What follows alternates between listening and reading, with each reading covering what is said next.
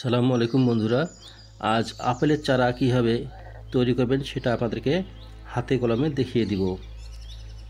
প্রথমে আপেলটি কেটে নেবেন। কেটে নিয়ে আপেলের বীজগুলো সুন্দর মতো বের করে নেবেন।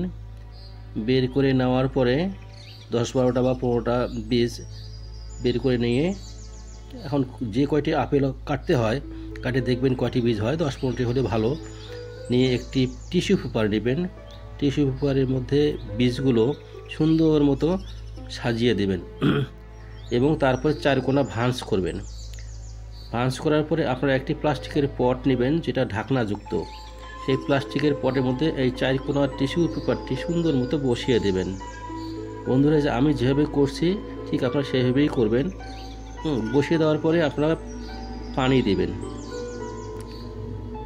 টিস্যু পেপারটি যেন ভিজে যায় এবং বাড়তি পানিগুলো আপনারা ফেলে দিবেন। বাড়তি পানির এখানে প্রয়োজন নেই। এই যে বন্ধুরা, আমি যেভাবে সাজিয়ে দিয়েছি আরও সুন্দর মতো আপনারা সাজিয়ে দিবেন। এই সুন্দরভাবে সাজিয়ে দিয়ে 4 কোণা ভাঁজ করে এই পটটির মধ্যে আপনারা দিয়ে দিবেন। দেওয়ার পরে হালকা পানি দিয়ে গোটা টিস্যু পেপারটি ভিজিয়ে দিবেন। ভিজিয়ে দেওয়ার পর ঢাকনাটা দিয়ে ঢেকে দিবেন। ঢেকে দিয়ে আপনার ফ্রিজের নর্মাল যে জায়গাটি সেই জায়গাটিতে সুন্দর মতো রেখে দিবেন।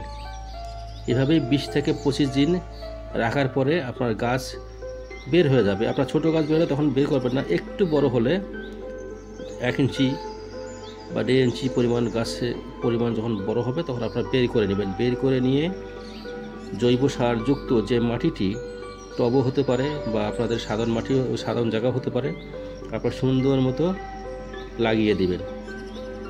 কিন্তু সাবধান থাকবেন যেন অতিরিক্ত শুকনো মাটি না হয়, একটু যেন ভেজা ভেজা থাকে। সেই মাটিতে হালকা করে লাগিয়ে দিয়ে 3 দিন বা 4 দিন আপনারা পানি দেবেন না। যখন গাছটি সবুজ বর্ণের হয়ে আসবে তখন আপনারা অল্প অল্প করে পানি দেবেন। যখন একটু বড় হয়ে যাবে তখন পরিমাণ মতো আবহাওয়ার উপর নির্ভর করে যখন যেরকম পানি দেওয়া লাগে আপনারা সেভাবে পানি দেবেন। ইনশাল্লাহ গাছগুলো হয়ে যাবে। আমি নিজেই এভাবে গাছগুলো তৈরি করেছি। এই দেখেন গাছগুলো, এটি ছোট, তারপরেও আমি আপনাদেরকে দেখানোর জন্য নর্মালভাবে গাছগুলো লাগিয়েছি। কিন্তু আপনারা যখন লাগাবেন তখন সুন্দর মতো মাটিটা আরও সুন্দরভাবে নিড়ানি দিয়ে করে নিয়ে আপনারা গেড়ে দেবেন। ইনশাল্লাহ আপনার চারা হয়ে যাবে। কিন্তু একটু সাবধান থাকবেন, লাগানোর 3 থেকে 4 দিন পর্যন্ত যেন কোনো রকম পানি এই গাছের গোড়ায় না পড়ে। বৃষ্টির পানি পড়লে পচে যায় বা সাধারণ পানি দিলেও গাছের গোড়া পচে যায়, পচে গেলে গাছ আর হয়নি। এভাবে গেড়ে দেবেন। দেখেন এই যে 3 মাসের এই চারাটির বয়স 3 মাস।